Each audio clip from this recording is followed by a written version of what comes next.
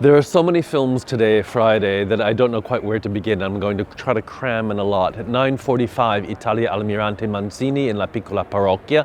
I haven't really talked about her yet. She's a fascinating figure in Italian film history, someone who encompasses both the iconic nature of the diva as well as just being a terrifically versatile actress. At 2 p.m., there are two Chaplin imitators, one of whom, Billy West, in his day out. Now, I do want to say Billy West was born in Ukraine, Roy Weisberg. It is possible related. My ancestors came from Ukraine as well, but who knows? Probably not. But anyway, it's a nice thought. Later in the afternoon, Belgian avant-garde cinema. This is the second chapter or appointment we have with Belgian avant-garde cinema. Meg Morley is going to be performing. Really fascinating experimental films, just enjoyable, and a nice kind of palate cleanser for some of the other films that we've been showing, such as later after that, The Wings of a Surf. This is in the Canon Revisited section, and yes, it's not perhaps the kind of film that you think of as canonical, but for us, the idea is to expand our understanding of what is canonical. And after you see this really extraordinary Soviet film, and especially do read Maya Garcia's terrific catalog note, which goes into great depth both about the history of the film, but also in her analysis, her very sharp analysis of the film. I think you'll agree that this is a film that indeed does belong in that kind of category. Right after that, completely different kind of films, Max Fleischer cartoons. You've seen some of them scattered throughout the program. This is going to be an hour-long program just devoted to Max Fleischer and Coco the Clown.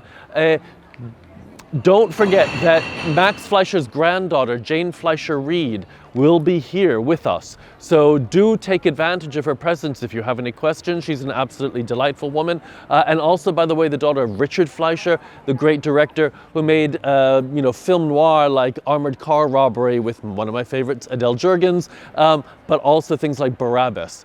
Then finally, in the evening, we have The Man Who Came Back.